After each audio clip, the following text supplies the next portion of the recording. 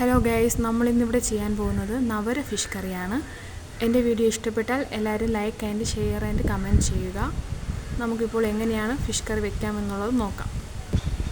നവര മീനിന് ആവശ്യമായ സാധനങ്ങൾ നമ്മളിവിടെ ഇപ്പോൾ എടുത്തു വച്ചിട്ടുണ്ട്. ഇവിടെ ഞാൻ എടുത്തിരിക്കുന്നത് 2.5 ഉള്ളിയാണ്. അത്യാവശ്യം വലിയ സവാള ഉള്ളിയാണ്. 2 തക്കാളി എടുത്തിട്ടുണ്ട്. ആവശ്യത്തിനുള്ള പച്ചമുളക്, കറിവേപ്പില എടുത്ത് വെച്ചിട്ടുണ്ട്. പിന്നെ മീൻ അറിയാമല്ലോ, നവര ഫിഷ് ഇതാണ്. ആവശ്യത്തിനുള്ള പുളി, ശകലം കുരുമുളക്, ശകലം പെരുംജീരകപ്പൊടി, ശകലം മഞ്ഞൾപ്പൊടി, മുളക്, മല്ലി, ആവശ്യത്തിന് ഉലുവ, ആവശ്യത്തിനായ കടുക്, എണ്ണ. ഇത്രയാണ് നമുക്കിതിനായിട്ട് ആവശ്യമുള്ളത്. നമ്മളിപ്പോൾ പാൻ അടുപ്പത്ത് വച്ചിട്ടുണ്ട്. പാൻ ഇത്തിരി ചൂടായതിന് ശേഷം നമുക്ക് ശകലം എണ്ണ ഒഴിച്ചു കൊടുക്കാം.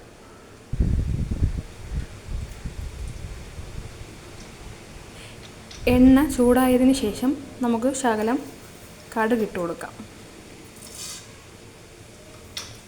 കടുക് പൊട്ടിയതിന് ശേഷം 1 ടേബിൾ സ്പൂൺ ഉലുവ,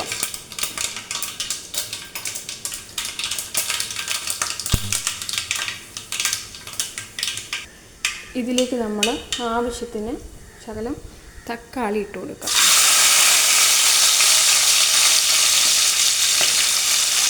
ഇത് നന്നായിട്ട് വഴണ്ട് വരണം. അതിനായി നമ്മൾ ശകലം ഉപ്പിട്ടേക്കാം. എന്നിട്ട് കിണ്ടി കൊടുക്കാവുന്നതാണ്.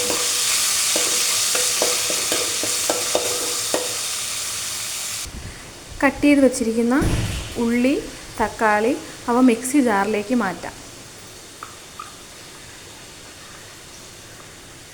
2 പച്ചമുളക് കൂടി.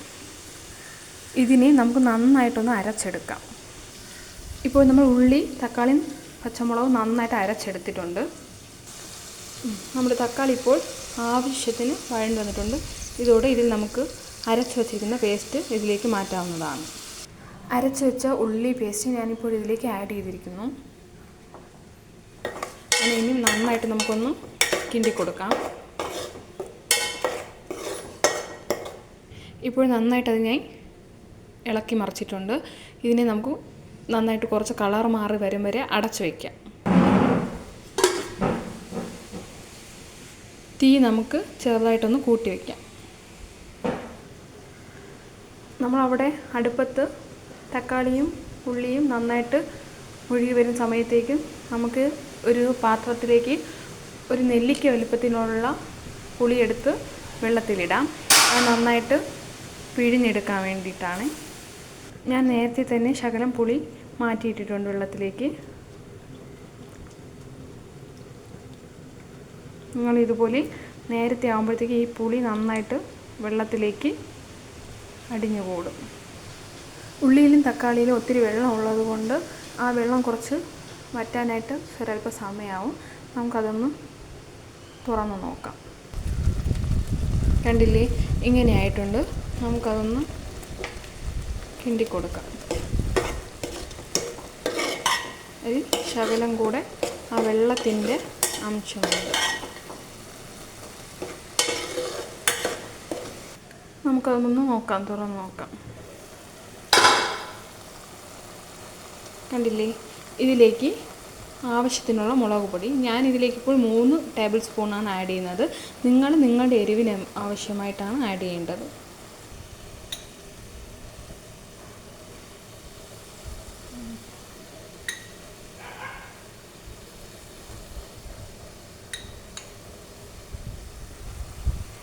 ഞാൻ 3 ടേബിൾ സ്പൂൺ മുളക് ആഡ് ചെയ്തിട്ടുണ്ട്.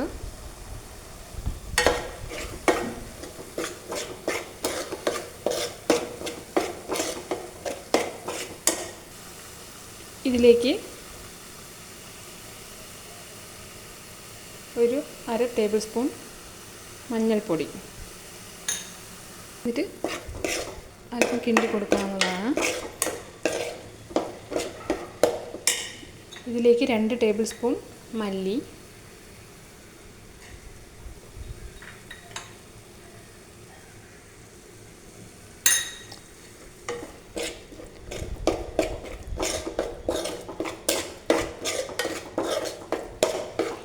നല്ല സ്മെല്ല് വരുന്നുണ്ട്.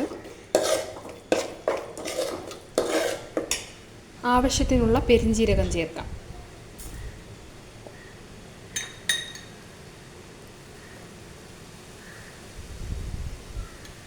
കിണ്ടി കൊടുക്കാം.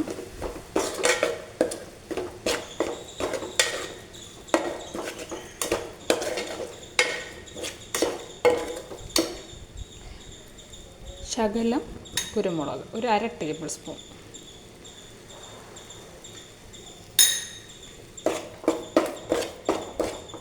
ഇതിലേക്ക് സ്വരൽപ്പം എണ്ണ കൂടി ചേർക്കാം.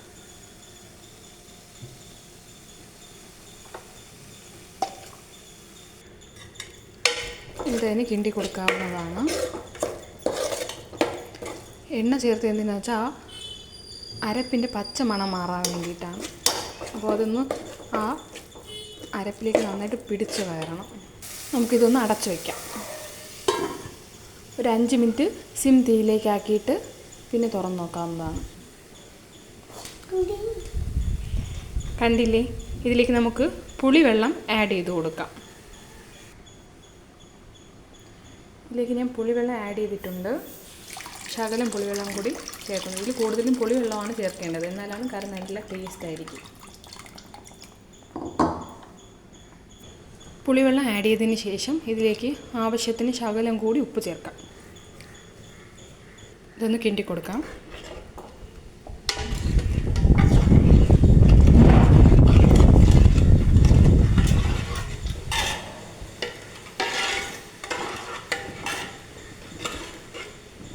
കട്ട് ചെയ്ത് മീൻ എടുത്ത് വച്ചിട്ടുണ്ട്.